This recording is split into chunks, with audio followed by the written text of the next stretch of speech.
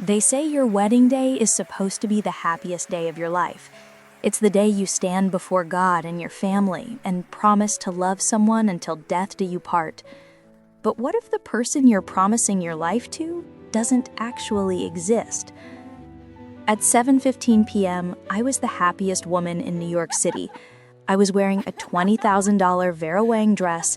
I had just married Liam, the man who had healed my broken heart.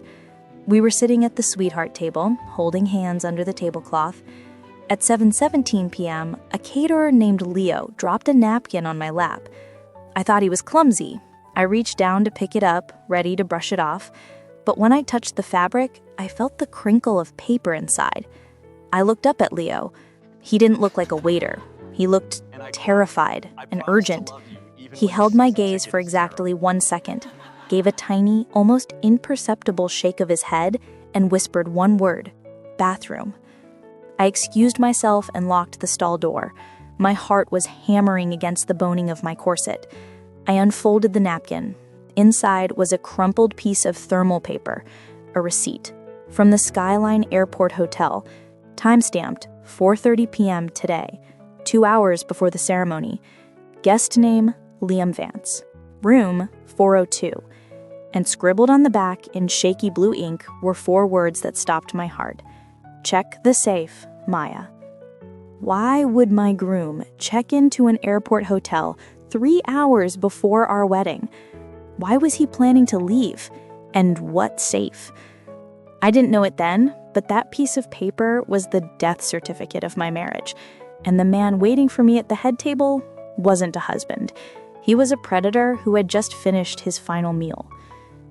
To understand how I ended up crying in a bathroom stall on my wedding day, you have to understand who I was before Liam. I'm Maya. I'm the CFO of a logistics tech company my father started. I have money, a lot of it. And in New York, money attracts 2 things: sharks and parasites. I had been burned before. I was cautious. Then came Liam. He wasn't rich, he wasn't flashy, he was a landscape architect. He had dirt under his fingernails and a smile that made you feel like you were the only person in the room. He didn't care about my money. When my father passed last year, Liam was my rock. He insisted on signing a prenup without even reading it. He was perfect. Too perfect. There were signs, of course, like how he never had family to invite, claiming they died in a car crash, or how he insisted on hiring his old friend, Chloe, as our wedding planner. But the biggest red flag was the feeling, a nagging pit in my stomach. 2 days ago, I walked into his office to surprise him, and he slammed his laptop shut. I saw the reflection of a flight itinerary in the window behind him. I dismissed it, thinking it was a surprise honeymoon. I was right about the flight. I was wrong about the passenger. Back in the bathroom, I stared at the receipt. Check the safe. My house, the estate I inherited, was only 10 minutes from the venue. I had to know. I wiped my eyes, fixed my makeup, and walked straight into the kitchen. I found Leo loading a tray of appetizers. "Who are you?" I demanded, my voice low and dangerous. My name isn't Leo," he said. "I'm a private investigator. I was hired by a family in Chicago, the Vance family." I frowned. Liam's family? He said they were dead. Liam Vance died in 1998, Maya. The man you just married, his name is Julian Thorne, and he's done this 3 times before. He targets wealthy women who have recently lost a parent. He marries them, acts the perfect husband, and on the wedding day, while everyone's distracted, he cleans them out. Then he disappears. The world tilted on its axis. "The safe," I whispered. Leo nodded. "He emptied it, Maya, during the cocktail hour. He told you he had a headache, right? He has a go bag in room 402 at the airport hotel. He's planning to leave right after the cake cutting.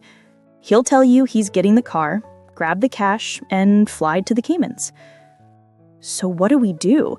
Call the police?" "We called them, but we need to keep him here. If he runs without the bag, we can't tie him to the theft. We need to catch him with the stolen goods." I felt a cold rage settle over me. It replaced the fear. He thought I was a victim. He thought I was just another sad, lonely heiress. He forgot that my father didn't just leave me money. He left me a company that destroys competitors for breakfast. I know how to negotiate, and I know how to set a trap. I told Leo to go back out there and keep an eye on the exits. I was going back to my husband. Walking back to that table was the hardest thing I've ever done. I sat down next to him, Julian. I couldn't call him Liam anymore. He squeezed my hand. "Everything okay, babe?" he asked. His eyes were so blue, so empty. "Just nerves," I lied, and the champagne went straight to my head. I saw him check his watch, a quick, subtle glance. Then I saw Chloe, my wedding planner, standing by the DJ booth, texting furiously. She looked at Julian, and he gave her a tiny nod. Wait, Leo said Julian works alone, but that look, that wasn't a planner checking a schedule. That was a conspirator. Chloe was the inside man. My phone buzzed. A text from Leo. "Police are at the hotel. They found the bag. It's filled with $2 million in diamonds and your father's vintage watch collection. They're holding the room. We need 20 minutes. 20 minutes. The cake cutting was scheduled for 10 minutes from now. Once that cake was cut, he would bolt." I grabbed the microphone from the table. The room went silent. "Excuse me, everyone," I said, forcing a dazzling smile. "I know the speeches are supposed to be later, but I'm so overwhelmed with love, I have to say something now." Julian looked panicked. "Maya, sweetheart, maybe wait." I pulled away, laughing maniacally. "Oh, hush, husband. Let me brag about you." I looked out at the sea of faces. "You know," I started. "Liam told me he had no family. He told me he was a lone wolf. But marriage is about honesty, isn't it? It's about sharing everything. Your past, your secrets, your hotel receipts." The air left the room. Julian's smile faltered. "Maya, you've had too much to drink. Sit down, Liam. Or should I call you Julian? Or maybe Mark? You've had so many names it must be hard to keep track." I signaled the AV guy. "Can we put the slide up, please?" The giant projection screen behind the head table flickered. Instead of a montage of our relationship, the image of the crumpled receipt from the Skyline Airport Hotel appeared. Massive, undeniable. Room 402, check-in time, 4:30 p.m. today. While I was getting my hair done, my husband was checking into a getaway room. Julian tried to laugh it off. Okay, you caught me. It was supposed to be a surprise. We're flying out tonight for the honeymoon." The crowd relaxed. They thought it was a joke.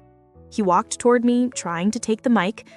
"Babe, you ruined the surprise. Let's go cut the cake." I didn't let go. "A surprise," I mused. "That's funny, because usually when you go on a honeymoon, you bring your wife. You don't book a single room, and you definitely don't empty your wife's safe of $2 million in loose diamonds before the ceremony." Julian froze. The mask fell completely. "Stop this," he hissed. "You're hysterical. We're leaving." He grabbed my wrist hard. "Chloe, get the car." "Chloe isn't going anywhere," I said calmly, "and neither are you." I pointed to the screen again. "You see, Julian, when the caterer gave me that note, I didn't just get mad. I got curious. So I had the police raid room 402 10 minutes ago. And since this is a tech wedding, we're live streaming it." The screen changed to a FaceTime feed. It showed a police officer standing in a hotel room. On the bed was a black duffel bag, zipped open, piles of cash, velvet bags of diamonds, and a stack of passports. "We secured the bag, Miss Vance. We also found 3 passports with Mr. Vance's photo but different names, and a one-way ticket to the Cayman Islands. Just one ticket." The crowd gasped. Julian looked at me with pure hatred. You bitch, you think you're so smart? You signed the prenup. Even if I leave, I get half the liquid assets. I made sure of the wording. I smiled coldly. Ah, the prenup. The one you signed without reading. You switched the pages, didn't you, Julian? You swapped the page where you waived your rights for a page that guaranteed you a settlement. I saw you do it. But here's the thing, before you signed the final page, I switched them back. You signed the original, Julian. You leave with nothing. Absolutely nothing. He lunged at me. The guests screamed, but before he could touch me, Leo tackled him into the wedding cake. It was a chaotic struggle amidst vanilla buttercream and fondant. Chloe tried to run out the back, but the real catering staff blocked the door. Police sirens wailed outside, and uniformed officers stormed the room. As Julian was being dragged away in handcuffs, he stopped and looked at me one last time. "You'll never find the bearer bonds," he yelled. "I didn't put them in the hotel room. I mailed them. They're gone." He was trying to twist the knife one last time. Bearer bonds are untraceable. If he mailed them, that was $1 million gone. I walked up to him. I didn't look sad. I looked bored. "The bonds in the safe?" I asked. "Yeah, gone forever," he spat. "Julian," I said, leaning in, "did you really think I kept $1 million in bearer bonds in a wall safe behind a painting? I'm a tech CEO. That safe is a decoy. It's where I keep the fake jewelry and the prop money I use for casino nights." His face fell. The realization hit him. "You stole monopoly money, Julian. You're going to prison for 20 years for grand larceny of nothing." I watched the flashing lights fade into the night. My wedding was ruined. I was a bride without a groom, standing in a pile of smashed cake. Leo walked up to me, wiping frosting off his jacket. "Sorry about the wedding," he said. I shrugged. "I paid for a party, Leo. I got a show. And I saved my fortune." I turned back to the stunned reception hall. I walked to the middle of the dance floor and picked up a glass of champagne. "Everyone," I yelled. "The groom is going to jail, the wedding planner is in handcuffs, and the cake is on the floor, but the open bar is paid for until midnight. And I'm currently the richest single woman in New York. DJ, play I Will Survive." Julian pleaded guilty. He had to. The live stream was viewed by 3 million people. Chloe turned on him instantly. They had been running the scam for years. They picked me because they thought I was lonely. They forgot that lonely doesn't mean stupid. I didn't keep his name. I kept the ring, though. I sold it and donated the proceeds to a charity that helps victims of fraud. People ask me if I'll ever trust again. I tell them this: trust is good, but verification is better. And if a waiter ever hands you a note at your wedding, read it. It might just save your life.